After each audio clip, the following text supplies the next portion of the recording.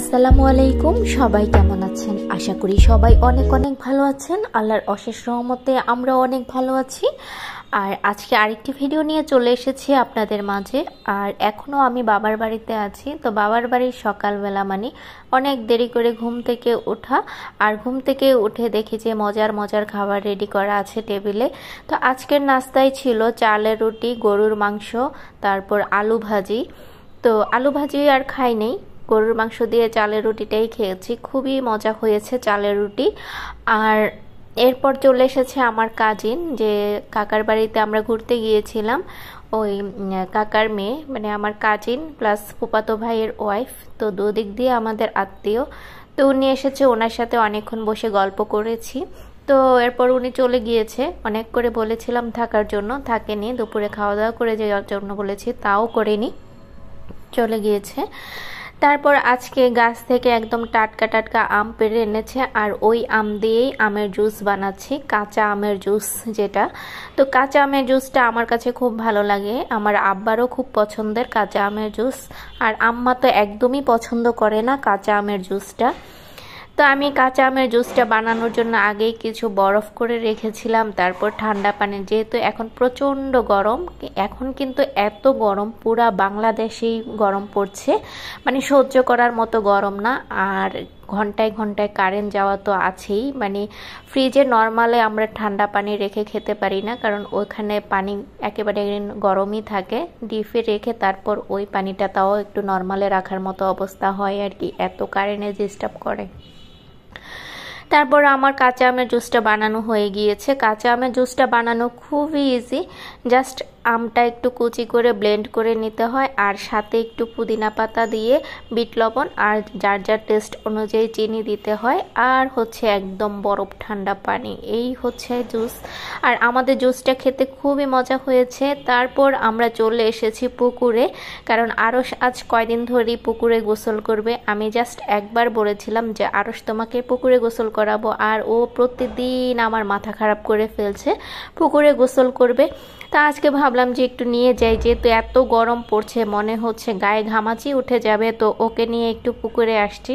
But পুকুরের পানিও মনে হয় যে কাছের যে পানিগুলো এগুলো খুব গরম হয়ে আছে। তারপরও কিছুক্ষণ ছিলাম। তো আমি যেহেতু গোসল করিনি, আমার আবার পুকুরে গোসল করতে খুব একটা ভালো লাগে না। কবে গোসল করেছি পুকুরে নেমে আমি ঠিক মনেও করতে পারছি না। তো আরশ কতক্ষণ ঝাপাঝাপি করেছে, ওকে বলি যে একটু দূরে যাও, ও তো যাবে না। তো বেশিক্ষণ আর রাখিনি, কারণ হঠাৎ করে পানিতে এসেছে, আর যদিও মানে জ্বর এসে যায়, আর তো কখনো পুকুরে গোসল করেনি।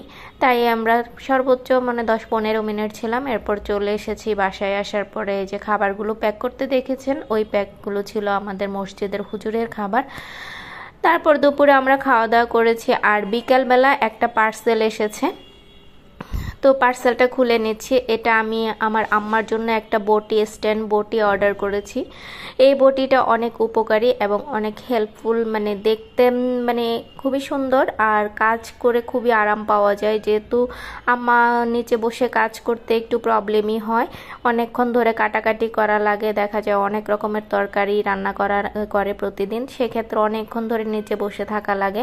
তো সেই জন্য ভাবলাম আম্মার জন্য এই বটিটা খুবই উপকার হবে। তো আমার জন্য আমি এই বটিটা অর্ডার করে দিয়েছিলাম, তো 2 থেকে 3 দিনের মধ্যেই চলে এসেছে। তো এখন খুলছি আর এটাকে ফিটিং করছি। এই বটিটা প্রথমে আমি আমার বাসার জন্য কিনেছিলাম, পরে এত উপকার দেখে আমি এরপর আমার শাশুড়িকে কিনে দিয়েছি। আমার শাশুড়ি খুবই মানে আরাম পাচ্ছে এটা ইউজ করে, সব সময় বলে একেবারে ডাইনিং টেবিলে বসে উনি কাটাকাটি করে সব কিছুই করতে পারে।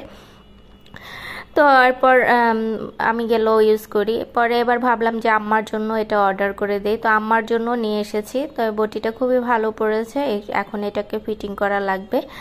এর আগে বটিগুলো আমি ফিটিং করিনি, আমার শাশুড়িটা আমার মানে আরশের বাবা বাসায় ছিল, তো ও ফিটিং করে দিয়েছে, এটা আমাকেই করতে হবে। দেখা যাক এখন কিভাবে করি, আসলে আমি কখনো করিনি। তো এটা আমার এই যে করা হয়ে গিয়েছে, আমার এটা করতে একটু কষ্ট হয়েছিলই, বাট এখন ঠিকঠাক হয়েছে। তারপর সন্ধ্যার সময় নাস্তা করার জন্য চলে এসেছি। সন্ধ্যার নাস্তা ছিল সিঙ্গারা ছিল। এই সিঙ্গারাটা দুপুরবেলায় এনেছিল, বাট খাওয়া হয়নি কারণ সবাই কাঁচা আমের জুস খেয়েছে, এটা সেটা অনেক কিছু খাওয়া হয়েছে আর খাওয়া হয়নি, তো ভাবলাম এটা আমরা সন্ধ্যায় খাবো। আর সাথে ছিল মিষ্টি আলু। এই মিষ্টি আলুটা খুবই মিষ্টি পড়েছে, একদম মাটির চুলায় পোড়ানো মিষ্টি আলু। এই মিষ্টি আলুগুলা মাটির চুলায় পোড়ালে খুবই ভালো লাগে খেতে। তো আজকের ভিডিও এ পর্যন্ত, সবাই ভালো থাকেন, সুস্থ থাকেন, আল্লাহ হাফেজ।